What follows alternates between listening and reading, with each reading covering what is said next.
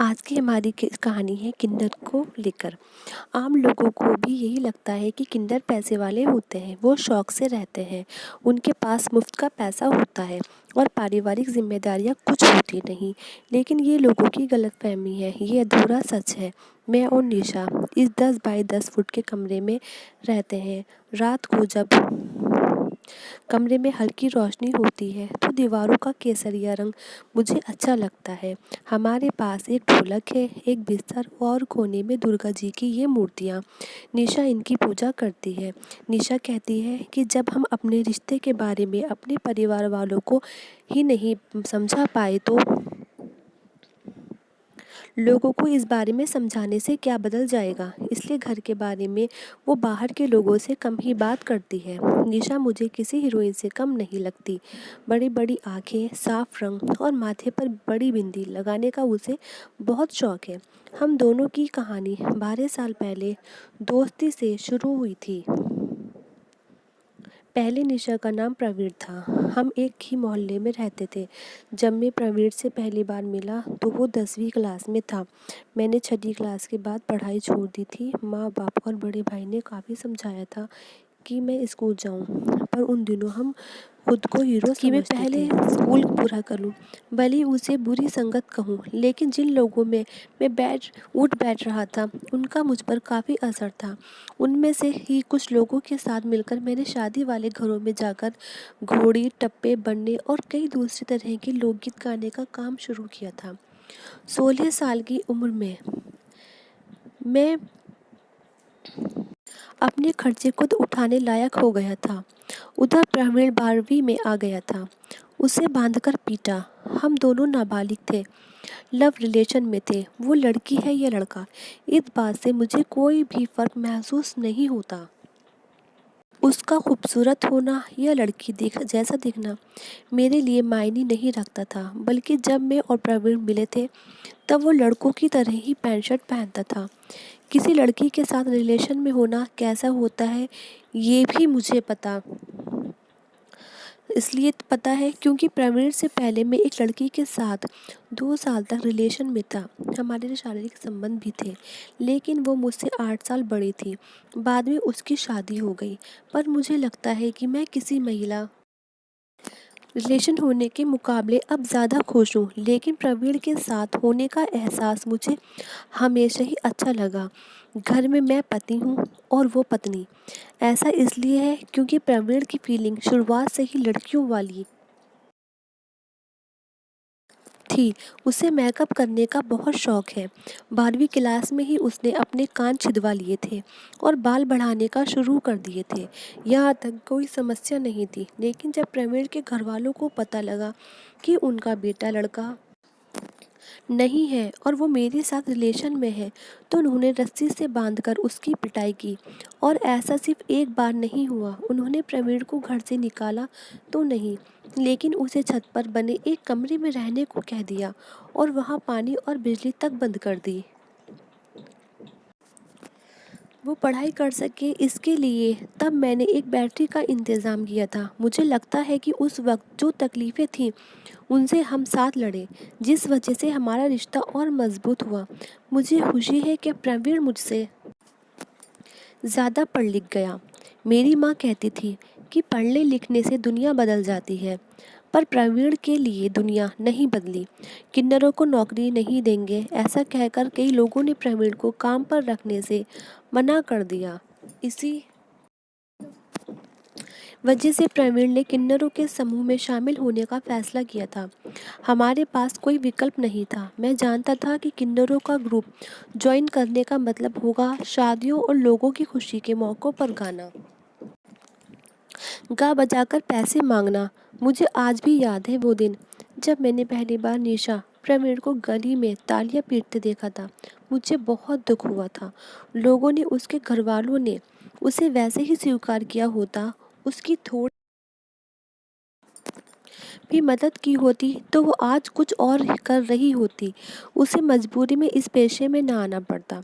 हालांकि मैं अब साउंड सिस्टम लगाने का ठेका लेने लगा हूँ और हम दोनों मिलकर ठीक ठाक कमा लेते हैं, घर चल जाता है। निशा के साथ जो हुआ उसे लेकर शुरुआत में मुझे थोड़ा गुस्सा आता था, लेकिन उसके काम को लेकर शर्मिंदगी का एहसास मुझे कभी नहीं हुआ, क्योंकि वो खुश थी, हम खुश थे। किन्नर समूह की मुखिया ने ही प्रवीण का नाम बदलकर निशा रखा था। मैंने इस सब में उसका साथ दिया, पर उसके बड़े भाई और उसके पिता ने कई बार इसकी पिटाई की। निशा के घर का माहौल इतना ख़राब हो गया कि जब उसकी माँ का देहांत हुआ तो परिवार वालों ने उससे मुंडन करवाने को कहा, लेकिन निशा ने साफ मना कर दिया। निशा की माँ के गुजरने के कुछ दिन बाद हमने शादी कर ली। हमारी शादी को अब लगभग 10 साल हो गए हैं। एक बार हमने सरकारी दफ्तर में जाकर छोटे बाबू से अपनी शादी रजिस्टर करवाने के बारे में पूछा था। वो बोले, हिजड़ों की शादी रजिस्टर नहीं होती। किसी ने बताया कि निशा सेक्स चेंज ऑपरेशन करा ले तो शादी रजिस्टर हो सकती है, लेकिन ये सब करने की ज़रूरत हमें महसूस नहीं हुई, तो हमारी शादी की कोई कागजी या कानूनी मान्यता नहीं है। उसका लड़कियों की तरह पेश आना, ऐसा रिश्ता बनाने वाले हम अकेले नहीं हैं। निशा के समूह में करीब 25 किन्नर ऐसे हैं जिनसे पुरुषों ने शादी की है। इन 25 में से 10 पुरुष ऐसे हैं जिनकी किसी महिला से भी शादी हुई, उनका परिवार है और बच्चे भी, लेकिन वो सप्ताह में 2 दिन अपने किन्नर पार्टनर के साथ रहते हैं। निशा और मेरे रिलेशन में ये पहले से तय था कि बंदा पति मैं हूँ और निशा मेरी पत्नी है। वो मेरे लिए करवा चौथ का व्रत भी रख लेती है, तैयार होती है तो मुझसे पूछती है कि कैसी लग रही है। लेकिन हमारे यहाँ ये नहीं है कि घर में मर्द मैं हूँ तो मेरी ही चलेगी। हर 6 महीने में किन्नर समूह के सदस्य एक पार्टी करते हैं। इसमें सभी किन्नर अपने पतियों के साथ आते हैं। निशा और मुझे ये पार्टियाँ बहुत पसंद है। इन पार्टियों में जाकर सभी जमकर डांस करते हैं और बढ़िया खाते पीते हैं। मुझे ये पार्टियाँ इसलिए भी पसंद है क्योंकि इनमें निशा एक किन्नर की तरह नहीं, बल्कि एक महिला की तरह पेश आती है। कई बार किन्नर लड़कों को भी छेड़ देते हैं, पर निशा इन पार्टियों में या कहीं घूमते वक्त ये ख्याल रखती है कि वो मेरे सामने तालियां ना पीटे, गालियाँ ना दे और किन्नरों के लहजे में लोगों से तेज़ आवाज़ में बात ना करे। वो शायद मुझसे शर्माती है, ये मुझे अच्छा लगता है। उलझे रिश्ते वैसे निशा में लड़कों वाली ताकत भी है।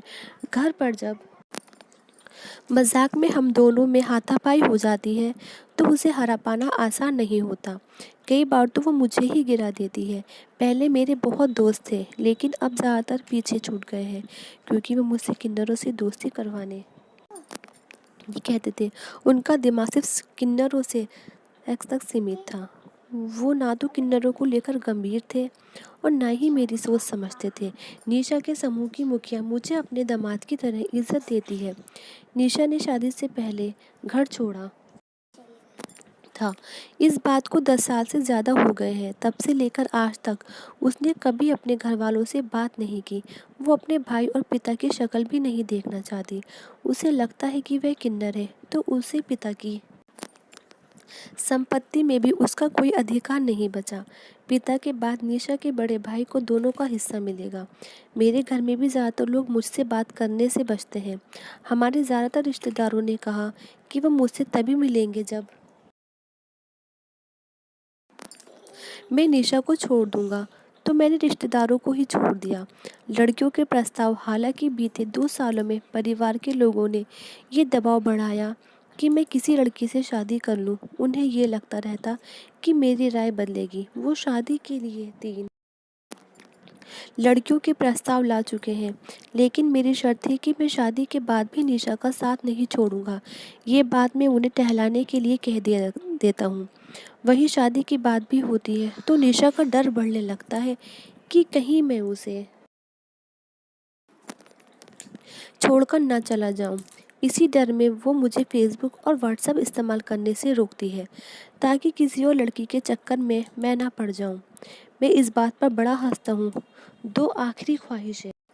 मेरी माँ अपने अंतिम दिनों में कहा करती थी, बेटा, मत पड़ इन चक्करों में, जवानी के साथ सब चला जाएगा। घर महिला से ही चलता है। तू सबसे छोटा है, मेरे मरने के बाद तुझे कोई नहीं पूछेगा। अब उसकी बात सही लगने लगी। हालांकि उस वक्त मैंने उन्हें कहा था, माँ ये दिल की लगी है, नहीं छूट रही। माँ के जाने के बाद घर में किसी ने मुझसे सीधे मुंह बात नहीं की। वो ये कहकर मुझे डराते ज़रूर हैं कि जैसे जैसे बुढ़ापा आएगा जीवन मुश्किल होता जाएगा। मैं प्यार करता हूँ निशा से, सच्चा प्यार। मैं इसके साथ ही पूरी लाइफ बिता दूंगा। मुझे इससे मतलब नहीं कि ये लड़का है या लड़की है या किन्नर। मेरा इससे दिल मिलता है, बस यही है मेरी बस दो ख्वाहिशें। एक, इस कमरे से थोड़ा बड़ा घर खरीदना है जहाँ हम तरीके से रह सकें, और दूसरा, एक बच्चे को गोद लेकर उसकी शादी करनी है। मैं अपनी शादी में कुछ खर्च नहीं कर पाया, बारात भी नहीं देखी और दावत भी नहीं कर पाया था। हालांकि निशा किसी बच्चे को गोद लेने के ख्याल से डरती है। उसे लगता है कि किसी बच्चे को अपने जीवन में लाना आसान नहीं होगा। तो फ्रेंड्स, आपको ये मेरी स्टोरी कैसी लगी है? अगर अच्छी लगी हो तो मेरे चैनल को लाइक कीजिएगा, शेयर कीजिएगा और सब्सक्राइब कीजिएगा। तब तक के लिए थैंक यू फ्रेंड्स।